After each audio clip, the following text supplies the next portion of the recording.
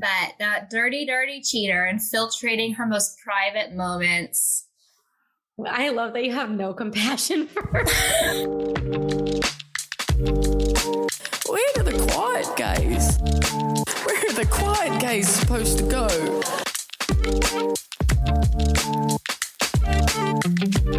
Okay, welcome back everyone to Lesbian Book Club. We will be covering The L Word, Season 2, Episode 2. But first, I want to talk about, I went to Long Beach Pride last weekend.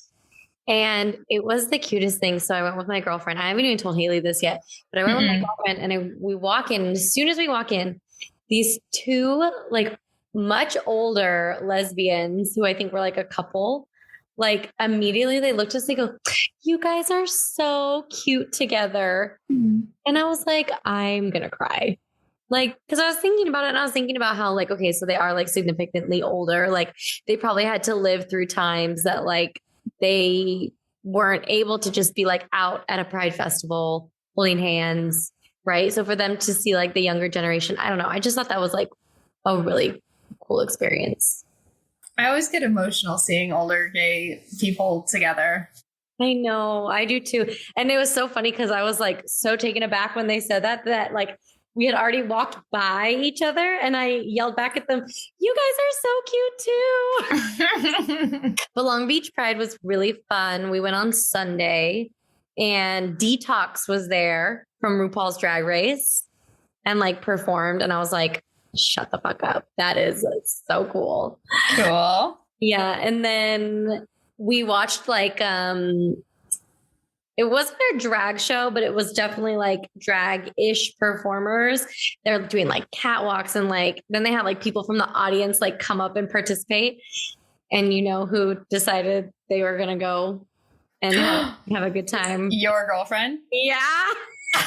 No way. And she got out there, she like did this catwalk, and then at the front of the table, the like where the judges were, she like looked at them and she turned around, she put both her feet, so like her hands on the ground, both her feet on the table, and was like twerking in front of them. They all gave her They all gave her like tens.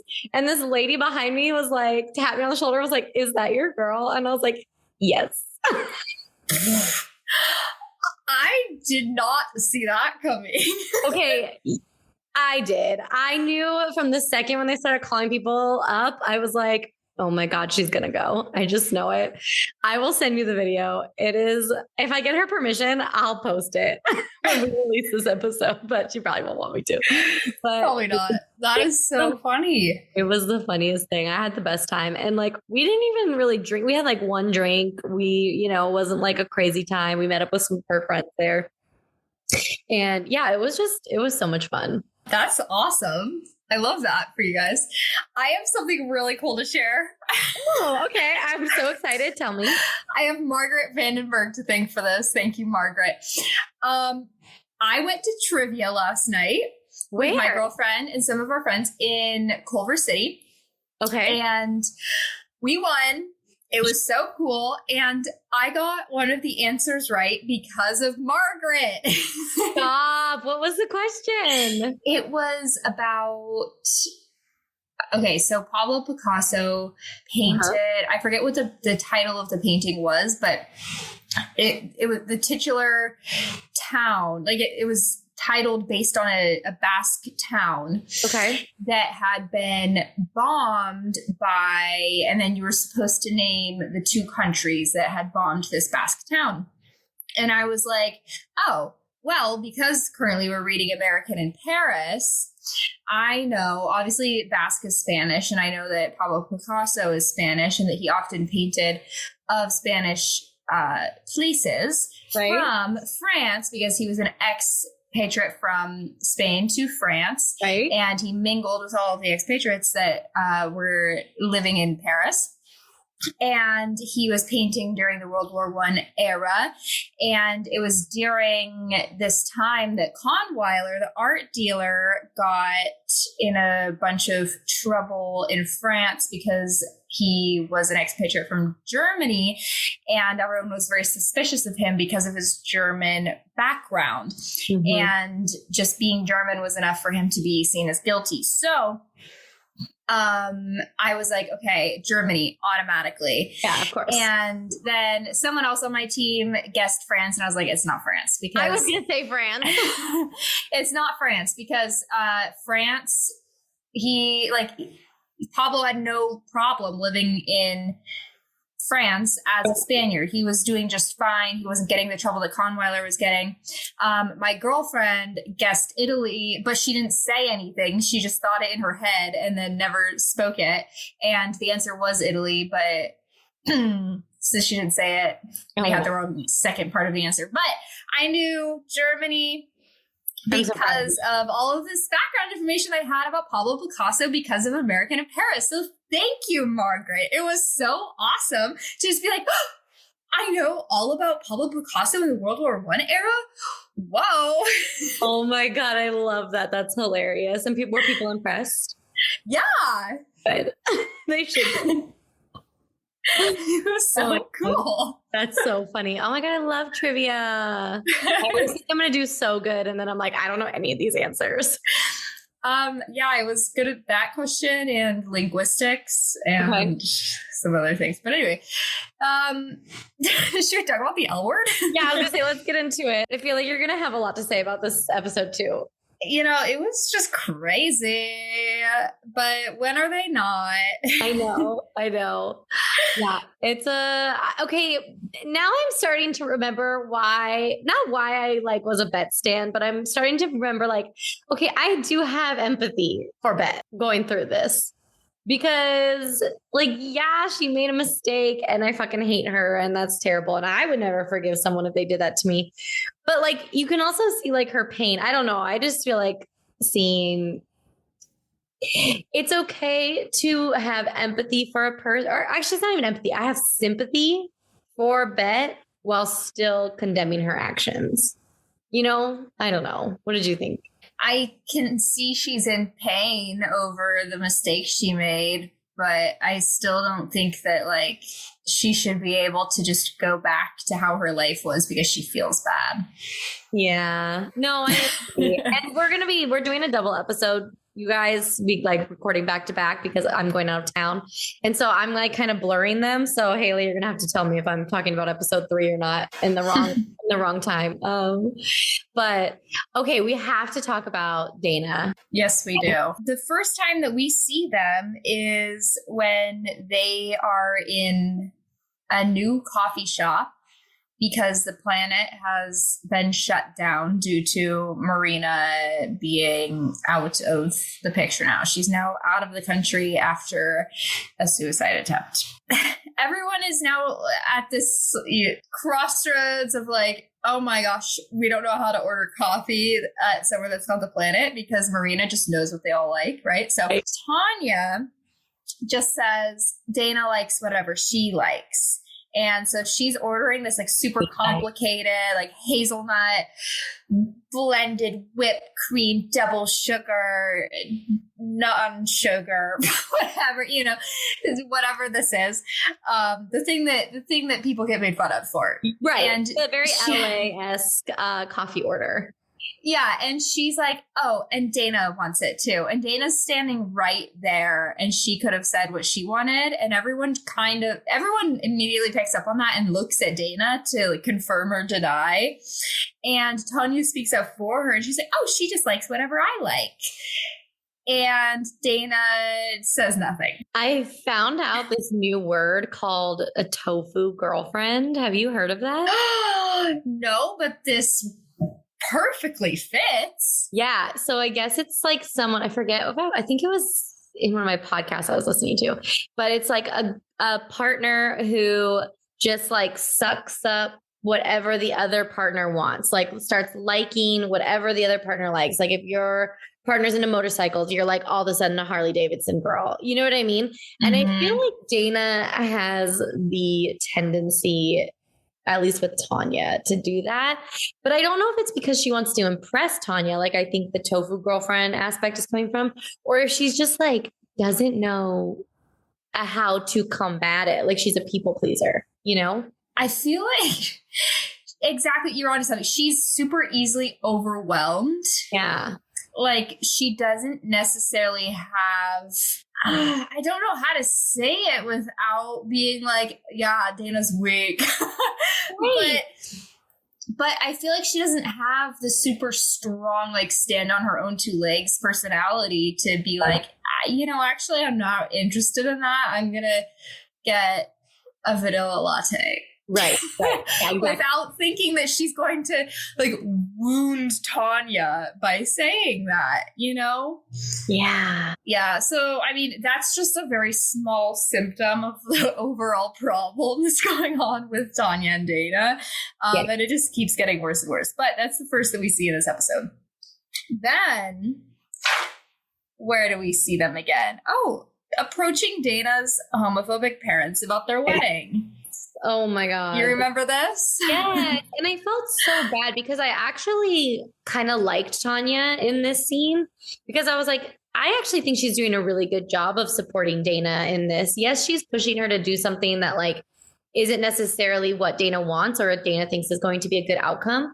But I do actually think that she does a good job in helping Dana to see A, the necessity of it, and B, how to possibly go about it and like kind of stand up for yourself a little bit. I'm with you for most of that. Yeah. Except for that, I'm not convinced that her story was real. Yeah. The story she shares about her ex-fiance, I think that was fake. Like, I didn't believe that for a second. We have to remember, like, Tonya is a PR genius, and we see that again later. But I don't know if I disagree with what she did, though.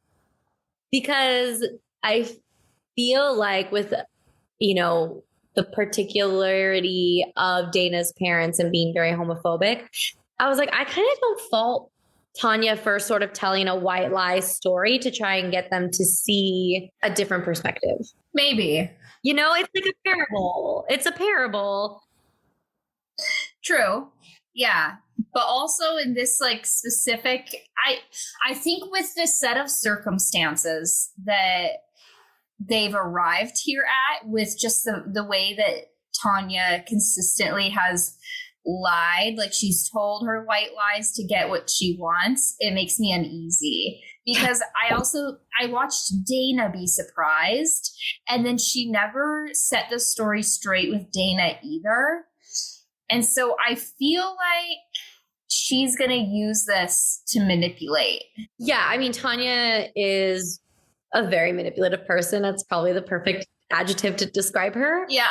And that's why I was like very conflicted in this scene, because I was like, do I actually like Tonya? But how could, like, Tonya actually used her set of specialty, I felt like, with good intention.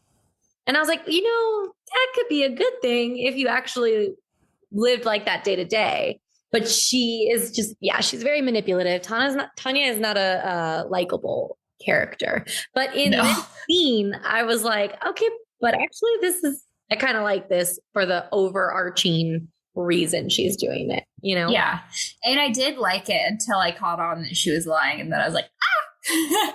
I mean, I knew she was lying. I kind of didn't care because I guess in the grand scheme of things, like any way that Dana's parents come to accept her, I think I'm not normally an ends justifies the means type person, but in this case, I kind of was. Yeah. I want to talk about Dana's parents too. Yeah. Because I feel like the dad was almost just kind of, he didn't really care that much. He was just going along exactly with whatever the mom said. And the mom is the one who had this really strong opinion about the like wrongness of Dana's sexuality. And the dad was willing to sacrifice the well-being of his relationship with his daughter in order to keep the relationship with his wife intact. And even if he thought that it was okay for Dana's sexuality to be the way it is, then he was willing to let her suffer under the judgment of her mother just to keep the peace within his own relationship, which is really, I don't think that is that rare, honestly. I think that probably there's a lot of people in circumstances outside of just like a queer spectrum here. You know, you put it in so many different scenarios of like, you see something that feels wrong and you see someone treating something a little wrong, but like, maybe they're your boss or maybe they're your friend or whatever the relationship is there, and you don't want to rock the boat. So you just, you know, you let it be and you let the other person suffer for it, or you let like the environment suffer for it, or you let like political cause suffer for it, or whatever it may be. And that's exactly what's happening here, except like on a small personal scale. And then we have Dana's mother, who is just so like vindicated in her cause against Dana's lesbianism, until she is really affected by the story that Tonya tells about her ex-fiance, Baird, and how she used to cry every single night because she was so unhappy. And it was Baird who said, "Please leave. I love you so much that I can't let you be unhappy." And everybody in that scenario, like, was able to come to terms and like have acceptance and whatever. And something about Tonya phrasing it as like, if you love somebody, then you let them be who they are. Yeah. I think kind of put it in this frame of like, if you don't let Dana be who she is, then maybe you don't actually love her. And I think that was like a ultimatum that made it, okay, you're bad and you lose if. That made Dana's mom unable to like keep her pride and her goodness, in quotes, intact if she didn't do it any other way. Yeah. Does that make sense? Yeah, no, absolutely. And we have to remember about Dana's mom is we're pretty sure she's like a closeted queer person as well. I forgot about that. Either a closeted lesbian, closeted bisexual. We don't know what her gender orientation is, but or not gender, her sexuality. But she's the one who had that relationship with that woman in the stable when they were younger, and was like, everyone has feelings, but you don't have to act on them, right? It's a very religious way of seeing homosexuality. And so, yeah, for her, she's vindicated, like, you guys could have found a man, blah, blah, blah. But when, that's what I'm saying with Tonya and using this story, whether it's real or not, like breaking past the pride of being right and like trying to move into like, do you love her? If you love her, you know, let her be herself, or you're going to lose her. You know, I don't know. I think it was a very good strategic tactic that Tonya took.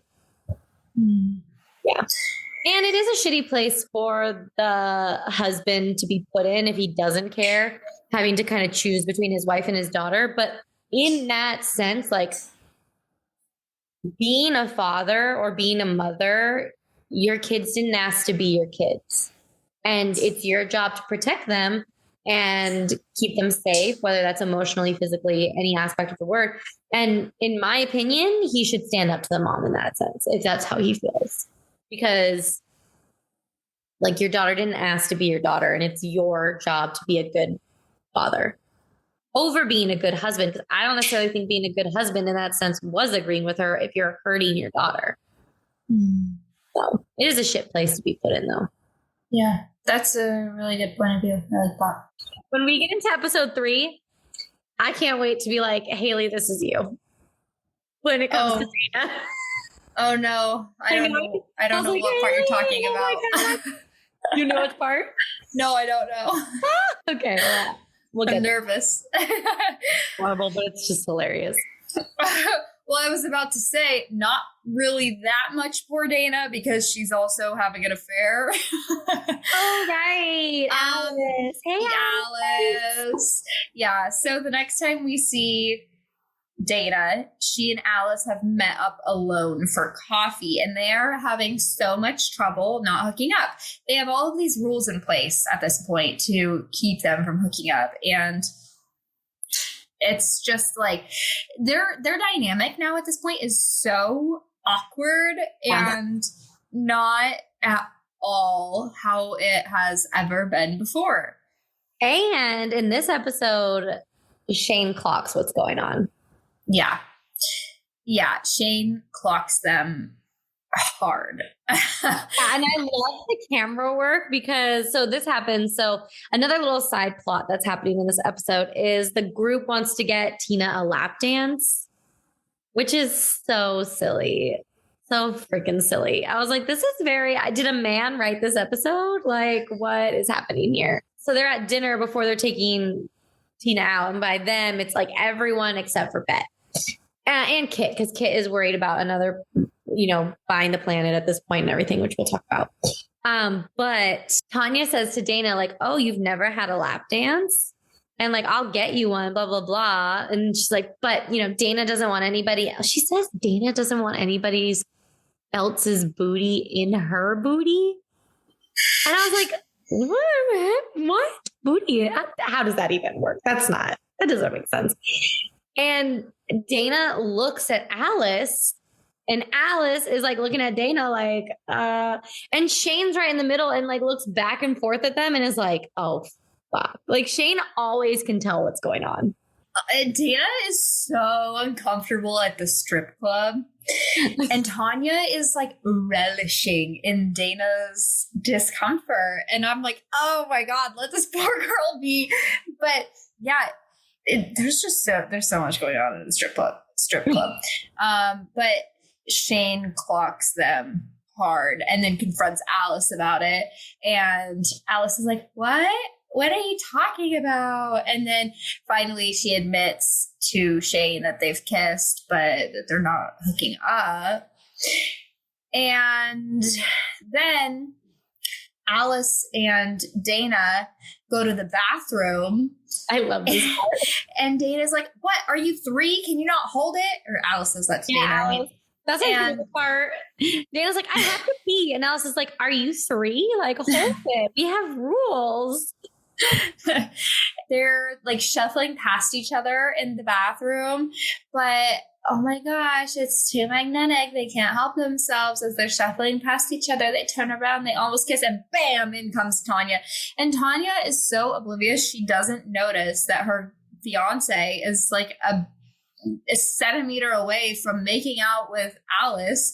And she's like, oh my God, Dana, come on. It's so funny and so silly, and I just know it's going to blow up. Ready, Tina? Yeah. Okay. I love Jane Lynch, and I love that she's in this episode. Seeing Jane Lynch pop up sent me into orbit. I was so surprised. I had no idea she was in this. Yeah, I was waiting for for this part because I adore Jane Lynch. I was a big Glee fan, and just like, I love her. I love her energy. She always plays the same character.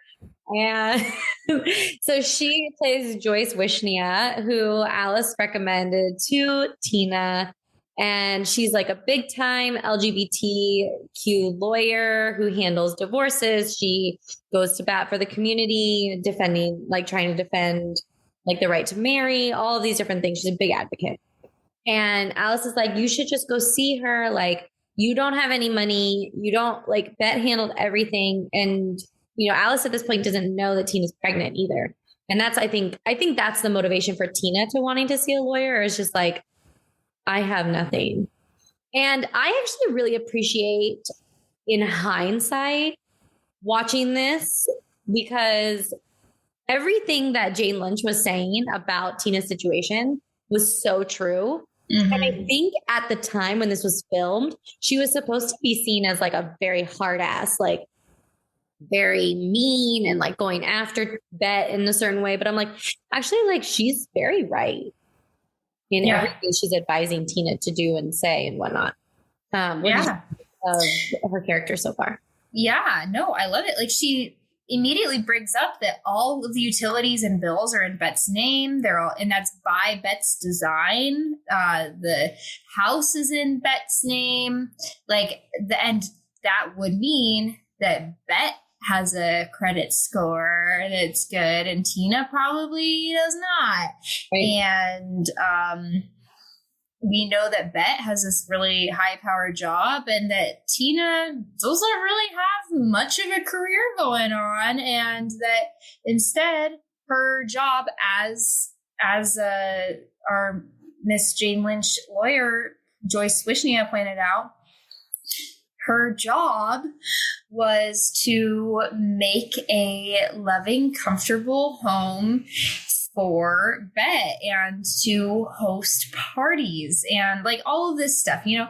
So she, when she's now out on her own, is left with nothing unless Bette decides to give her a little something. And completely that is by Bette's design. And so it's completely fair for her to come in and say, hey, this was a partnership that we both were in, and it's only fair. I made this sacrifice for you all of these years that I now get something in return. Absolutely. I totally agree with that. And I think Tina wants to be on board, but she's also like trying not to like quote unquote take advantage of Bette, because I think that that's how in society women in that position are made to feel. Like, you didn't make the money, so you're not entitled, right? It's like, yeah, but I also like gave up my life to do these certain things. Like I gave up my identity. I gave up my potential career to make this home and this family. And now that you've blown it up, I'm going to get nothing. Like, that makes no sense. Mm-hmm. I think a big part of this too for Tina is that she knows that if she follows through with this legal action, then that's that. It's over. Yeah. So she loves Bette. And it's not like that's a switch that just turns off because Bette ruined their relationship. Right. This is a long history that these two have together, and there's a lot of love shared, and it's not like Tina has had months to decompress of all of this the way that Bette had months to be involved in an affair. Right. And so Tina is having to process all of this and know that, like, okay, once I take this legal action, this is done and over with, and there's no going back, and I really lose Bette. Yeah. And putting that really final decision on her feels big and heavy, and yeah, it's one of those things that, like, I mean, I've been there. Like, I've been in my own circumstance where things were really scary and bad, and it wasn't by my fault. Right. And I still really loved the person, but I had to make a choice to get out and like to make a really final decision to remove myself from that situation.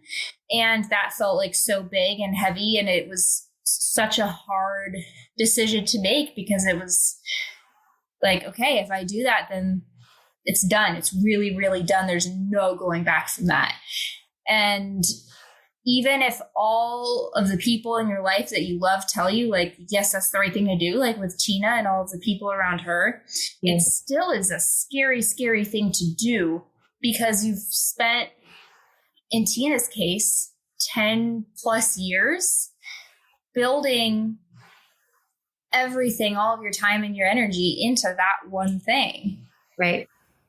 Yeah. Poor Tina. So hard.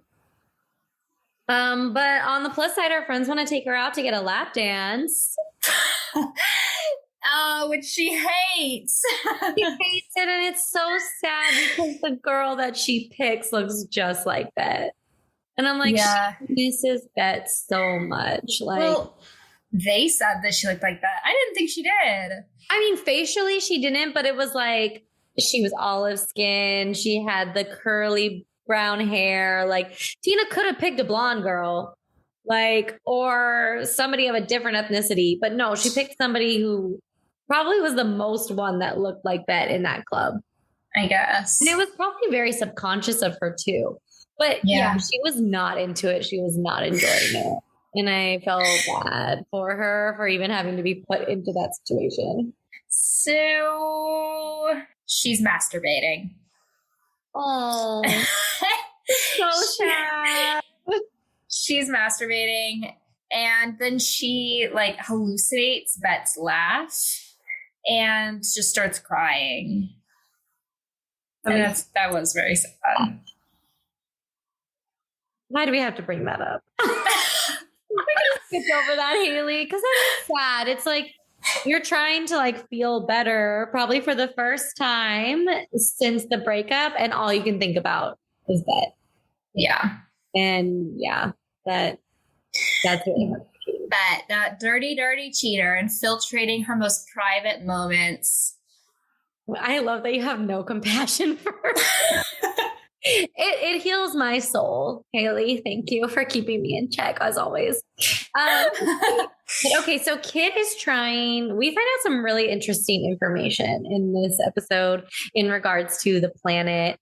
So Kit is trying to buy the planet. She wants to run it. She wants to have a space, that's obviously still there for the queer community, but it's also very musically inclined, a place for artists to come in, what she says, like jam and just have a space to do that, which I think is such a cool idea. Now, she needs $50,000 liquid cash, right? Yeah. And Bette doesn't have that. Like she has it in assets, but she doesn't have it liquid, right? And before the whole Ivan and Kit debacle goes down, where Kit sees Ivan as their female self, which is a very scary and self-conscious thing for Ivan to experience. It sounded like Ivan was going to be her partner in this venture and was going to give her the money for it. And now Kit's like stuck in this weird limbo of like, well, I really needed that money. Like ethically, how well do you think Kit went about this? Because I'm conflicted. I think Kit didn't have much other choice. Yeah, and I don't like my fear of falling into what I was scared of thinking about Kit is that she was using Ivan. And I don't think that's what was happening. But at the same time, when Kit is trying to find Ivan, she's talking to Ivan's friends and they're saying like, look, you really hurt him. Like, give him time to process and to grieve. Like, don't come after him. And she has this like time crunch under her belt that's happening. And yeah, I don't know. It's just a really sad situation. But ultimately, so we get to the meeting and Bette and Kit are there and they're kind of saying like, they're meeting with this like Italian man that they think is Marina's father to discuss what is going to happen with the planet. And these are his stipulations, right? Like he needs this liquid cash. He needs the loan to be set and everything so that nothing falls through. And they're going to this meeting being like, we can ask for more time, but he's probably not going to give it to us. Like we're going to lose the planet. And who shows up on their motorcycle but Ivan? And Ivan gives Kit a cashier's check for $50K and is like, I will be a silent partner. I don't want to hear from you. I just want to see a statement once a month. Like this is how it has to be. And I think that was a very self-protection way for Ivan to go about this. Like he obviously still very much cares about Kit, but that's why he wants to help, right? But at the same time, it's going to be too painful to like be involved in the day-to-day. Yeah, it felt kind of like a test to me. I kind of caught that too. Like, is she going to take the money? Yeah, it felt like a test of if she takes the money, goodbye. And if she doesn't take the money, then she really, really cares about me so much that she wants me in my life, or she wants me in her life enough to figure out another way to get $50,000. Right. Which is kind of insane. But I think that's what it felt like. It felt like that to me too. Yeah, and she takes the money, which felt like goodbye. Yeah. But the thing is, too, like, that's an unfair test because Kit's really trying to do something for the queer community. She's trying to save the space, you know? And Kit, I mean, in all honesty, is not queer. Like, I think she was trying to, like, play with the idea when it came to Ivan. But at the end of the day, like, Kit's pretty straight, you know? So, I don't know. I'm glad that she has the planet now, but poor Ivan. Yeah. I also was a little confused about at the mechanic shop. Mm-hmm. Oh, wait, before we go there, we have to talk about the reveal of who this man was. Okay. Let me not get sidetracked. This man, this old man, who we think is Marina's dad, is Marina's husband. Yeah. Her say what? Like, sorry? Excuse I forgot about that. So Francesca, who we thought was like the main dealio, side chick to Sir Ultalot here. I know. Back up the what train? Like, what is going on? I don't know. I think Marina is a very early iteration of a poly woman. And what's interesting about what the husband said was like, oh, like, you're Bette Porter, you are the judgment, like, you're so judgmental, like, and Bette keeps getting called out for being judgmental because later she admits to it to Jenny in the next episode of being judgmental. But you know what's interesting is this man is like, you Americans, like, especially you, Bette, are so judgmental of like other ways of living. So like clearly he's okay with Marina's, is it sexuality? I don't know. Like, he's clearly okay with Marina and the way she lives her life. And I thought that was very interesting to call out like a lesbian character who we know is very used to being called out for her lifestyle and judged for her lifestyle and is now being called out for judging someone else's. And I thought that was a great kind of callback, right? And another thing for Bette to be hammered over the head with in terms of her character. Yeah. Well, Bette is so... Okay, you know what this is reminding me of, actually? And nobody's going to understand what I'm talking about until you all read American in Paris, which we'll cover soon. But this is reminding me, Bette and Tina equals Gertrude Stein and Alice Toklas. And Marina equals Natalie Barney. Ooh, I can't wait to figure this one out. Yeah. Everyone go read American in Paris. Okay. Moving on. You know what's so great about American in Paris is you took American in Paris to Mexico, and I'm going to take American in Paris to Japan. And I think that's so funny. Wow, this is so international. American in international. Over the world. We're going to go somewhere with the mechanic shop. Yeah. So Dax is a mechanic who seems like one of Ivan's confidants. Yeah. And Dax is talking to Kit about what happened. Dax seems to be like really irritated at Kit about literally what went down at Ivan's house. Like that Kit saw Ivan. Yeah. And I'm a little confused about that because I don't think that Kit seeing Ivan was Kit's fault. And I'm also a little bit confused because when Kit uses she, her pronouns for Ivan, Dax seems irritated with her. And then when Kit uses he, him pronouns for Ivan, Dax seems irritated with her. So I feel like Kit has herself in this really hot water with Ivan's friends, and she, like, there's no getting out of it for her. But I don't think she knows why, and therefore we don't know why. And I don't know. What do you think of like his anger towards Kit in these circumstances? I think he just really cares about his friend. Yeah. Right? Like it sounds like a very best friend situation. And here this woman came who Ivan had this really high hopes for. Ivan clearly very much loved Kit, and now you're seeing your friend really hurt, right? So I think that's where he was coming from. I think it was just, you hurt my friend and I'm mad at you. I still feel just confused because I don't think that Kit necessarily like did anything to Ivan. Like I understand why Ivan is embarrassed and feels like very like I understand why Ivan feels the way that they do, but I don't understand blaming something on Kit. I don't think it was so much the like Kit seen Ivan. I think it was he feels like Kit led Ivan on through their whole relationship. Maybe that's it. You know, I mean, I wouldn't disagree with him.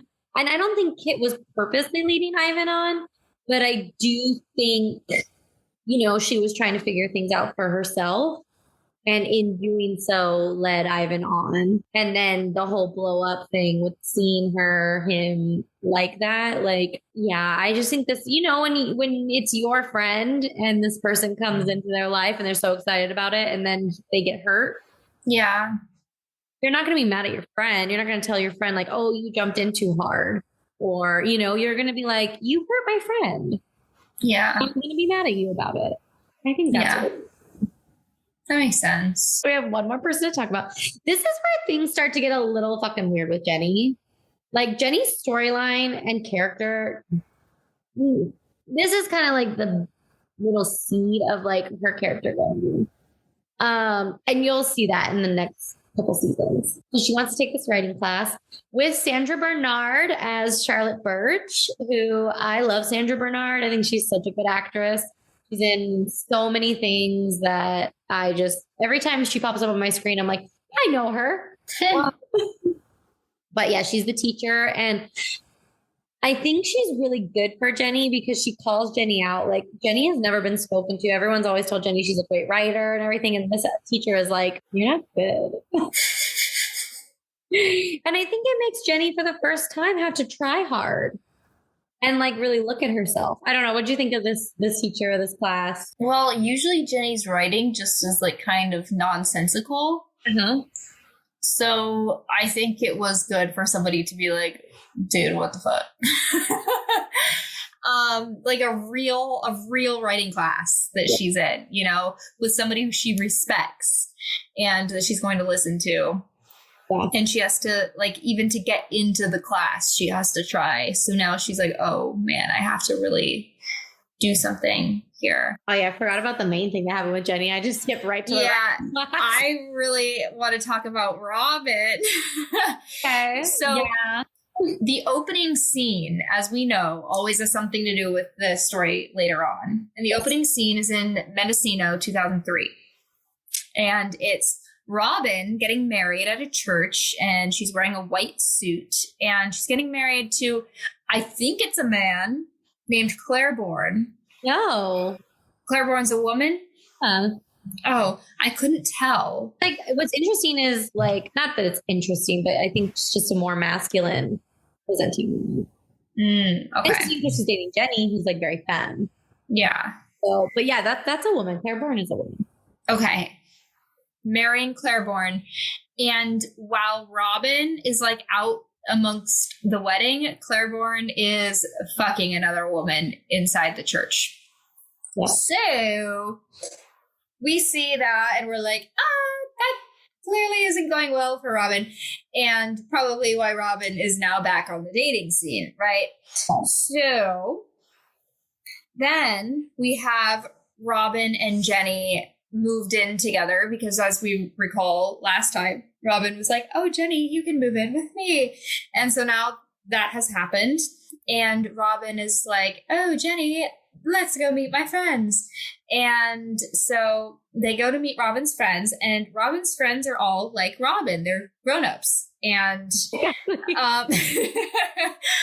and one of these couples has a child, and all of them are couples. And they are putting a lot of pressure on Jenny They're talking about marriage and kids, and they bring up Claiborne, and this sends Jenny into panic, and they get home and she immediately breaks up with Robin, and she says that she needs to be self-sufficient and alone, and that she needs to, quote, feel scared, and that she's good at creating drama, but she needs to not, which actually I thought that part was very insightful about herself. Yes. Anyway, I thought this was super self-destructive of her because I did really like Robin, but I do understand, like, this is a girl she's chronically dating and has never been alone. And I do think that she does need to be alone, but now it's just a matter of, like, will she actually do that? Or is she just going to keep fucking around, you know? Yeah. You sound not confident in that little laugh.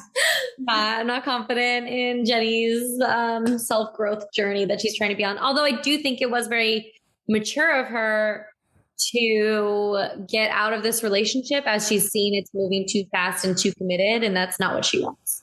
Mm-hmm. And I did feel, so two things about this. One, I felt like the writers took Robin's character in a direction that I didn't see coming. Like, to me, it didn't make sense. It didn't fit. Like, Robin was so open with Jenny about dating other people and all these things and was so accepting. And now she's like, I want to marry her. Like, yeah, I get they were trying to do like the whole lesbian U-Haul trope, but at the same time, it didn't make sense for it to come from Robin. I felt bad when Robin said, so you just want to make people, like, you just want to have sex with people and make them fall in love with you and then leave. Like, it felt bad that that's how Robin felt, you know? Yeah. But good on Jenny. I'm glad she was able to, like, not be a people pleaser and, like, stand up and, like, articulate so well why she felt like she needed to leave. You know what I mean? Because she was like, yeah. I need to work on myself, and your friends are all very mature. You know, I liked Jenny's thought processes here. I was very impressed with the way that she did it. Like, she never insulted Robin. It was very, like, I statements. And she put the responsibility on herself, the onus on herself. And when Robin was feeling away and let her know, she just took it and listened and apologized. Yeah. And that's all you can do. That is such a great, emotionally intelligent response to somebody telling you about their hurt. Mm-hmm. To be like, that was not my intention, and I'm so sorry that is how that made you feel. Like, I'm sorry. Thank you for telling me. Yeah. What else are you going to say? Yeah. Yeah. And then exactly what you're saying, poor Robin is just, like, heartbroken over this. I do agree. I think that it did come out of left field a little bit, that she got so attached so quickly. Mm-hmm. I almost wonder, they had a couple of events that were, I think, like, very bonding over the last few episodes. If that maybe had something to do with it, and that accelerated the closeness that Robin felt to her in some way. I mean, lesbians are going to get attached fast. Yeah. Like, to be attached, you know? Yeah. Yeah, I could see that, especially when she was chosen over what's his face, right? Like, right. Oh, okay, like, we're in this together. And it has been how far along is Tina?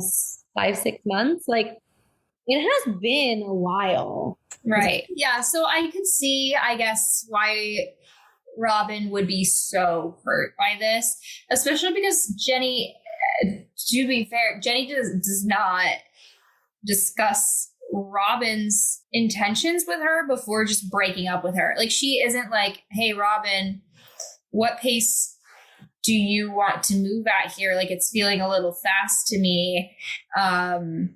Hey, Robin, could we talk about this? Here's what I'm feeling. She's just like, panic, gotta go, see you later. Yeah. And Robin is left feeling pretty blindsided So anyway, we see like this anger and sharp tongue out of Robin that we have not seen before. I hope Robin finds her wife. We don't see much with Shane, but we do get our repeating character, our Carmen, come in again. And, you know, Shane, here's what Robin didn't do and what Jenny didn't do. Shane is very upfront with Carmen and is basically like, hey, I don't want a relationship, but we can still fuck. And however you feel about that situation, at least Shane is honest with Carmen and lets Carmen know her intentions and how she feels about things, right? Then you can't blame Shane if she's out doing other things. At least she's upfront, right? And Carmen's like, to me, Carmen is a relationship girl. Like, she's so sweet. She's so kind. Like, to me, Carmen and Tina are actually a lot more similar character-wise than a lot of other characters on the show. I feel like Carmen is like a younger out version of Tina, if that makes sense. Like, personality-wise, I think they're both interesting. Yeah, I think they're both very relationship-oriented. I think they're both very sweet. I think they both care a lot about their partners and other people. And maybe I'm getting ahead of myself in this analysis. But yeah, so they're like, Shane comes to see her on set, and this is when this conversation happens. And Carmen is kind of like, okay, fine. Like, we can fuck. That's fine. I just don't know how long that's going to work for Carmen. They just keep having sex at work, and I'm just really stressed out about that, to be quite frank. I knew you were going to comment on that because they were like, we need a 20 on you, Carmen. And I was like, I can imagine poor Haylie stressing right now. I can't even go to the bathroom at work without somebody asking where I am. Like, for someone to disappear long enough to have sex, are you joking? So the amount of times that they would be in your ear. And do you know how easy it is to press the button on a walkie? Like, I am sorry, but if everyone heard you over channel 1 making sex noises, it would be over. It would just be over. Okay, well, that's mostly the Shane story. And she's moving in with Jenny. Again, when Tina was out at dinner with all the friends, Bette walks in to pick up an order and is very sad. She sees all of her friends, like, clearly they picked sides. They picked Tina to continue to hang out with. And not that they're not hanging out with Bette, but Bette's not being invited. I don't fault them for this. This is how it should be, to be honest with you. But again, Shane is also a very empathetic person, in my opinion. Like, she sees Bette's hurt because Bette sees them, follows her outside to her car and is like, hey, I'm really sorry. Like, this really does suck. Like, I see that. And I feel it too. I know you feel it. Like, and Bette's like, I'm like going to cry because I'm literally like tearing up because I feel so bad for the situation. And it's never a fun feeling to not be picked by your friend group. Right. And so at the very end of the episode, the last scene, Shane comes over with like a 6-pack, meets Bette out at her house to like hang out with her. Like, I'm still your friend, and Jenny gets home and comes and sits down. They're talking about like, oh, I wish like there was sex with no emotional connection, like Shane does. And Shane's like, Bette's like, oh, I wish I could do that too. And Shane's just like, that's not you, Bette. Like, you're too well-rounded of a person to like do that, and Jenny pipes into this conversation. She has her little newspapers because she put out an ad for a roommate on Craigslist, this new thing, Craigslist, and very 2003. I used to read Craigslist every morning in the newspaper. I did too. I loved reading online, but I loved reading Craigslist things. I was like, I'm going to get a job mowing a lawn and I'm going to buy a puppy. Yeah. I was always looking for like little jobs on Craigslist too. But, Shane's like, I'll be your roommate. Like, would they get their own room? And remember, Shane lives with like a bunch of people. And so I'm like excited for Shane. And, Bette just does this like older woman knowing laugh of like, this could go really well or this could be a nightmare. Also, when Bette and Shane there were talking about hooking up, they like shared this little look into each other's eyes for a moment, and I completely thought they were about to hook up. Oh, no. No. I 1,000% thought that they were, and then they didn't. And I was like, oh, thank God. Thank God. Could you imagine? No. Yikes. We also find out that Shane is completely incapable of ordering her own coffee because of the way that she does it at this new place. Like, she literally doesn't know what espresso is, or like what a latte is, or anything. Like, we find out that Marina has completely just been doing everything for her. Do you want flavor in my coffee? Yeah. Okay. Bette is looking for a nice place for Tina to live because she's trying, like an apartment. She's trying to get Tina to come home. She's trying to, you know, the little like, oh, I messed up, so let me do something nice for you. And in the process, she's being a monster to her assistant. Like, she's so rude to him. He's just trying to help her. And then her lawyer comes into her office, and she realizes in that moment that he comes in that Tina wants to separate. Yep. And all of a sudden she's like, oh my God, my life is over. And so it's at that moment that she starts to have this downward spiral, because up until then, she really thought that this was super temporary and that Tina was like just mad and was going to get over it. That shows up at Alice's house. Yes. And she is aggressively looking for Tina. Literally just barges into Alice's apartment. It's like, where is she? Where the fuck is Tina? Blah, blah, blah. And Alice is like, oh my God, she's not here. And then Alice says to Bette that she can be cruel. And that was like quite the moment of Alice standing up to her friend. Yeah. In defense of her other friend. So go Alice. It's hard to stand up to your friend. Like, that's... Oof. It's really hard. It's so hard to like look at your friend, also ex-girlfriend, in the face and say, no, you were wrong, and I'm going to go to bat for her. I'm your friend, but you were wrong. Yeah. It's hard to do. She shows up at the restaurant and just like completely by chance runs into all of her friends there, is pretty hurt.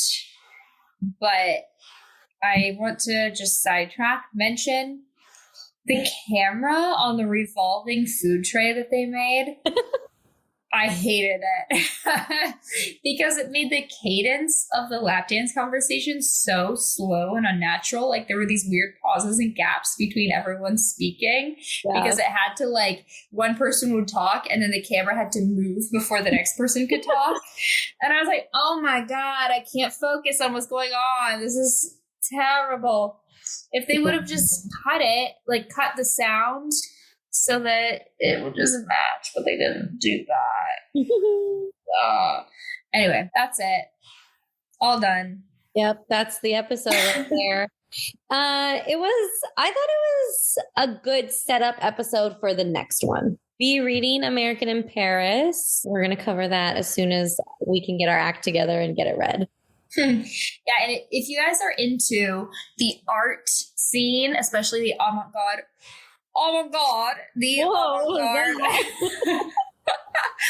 art scene in 1920s Europe, then you're gonna love this. It uses real people, so that's pretty cool. It had me researching BDSM today because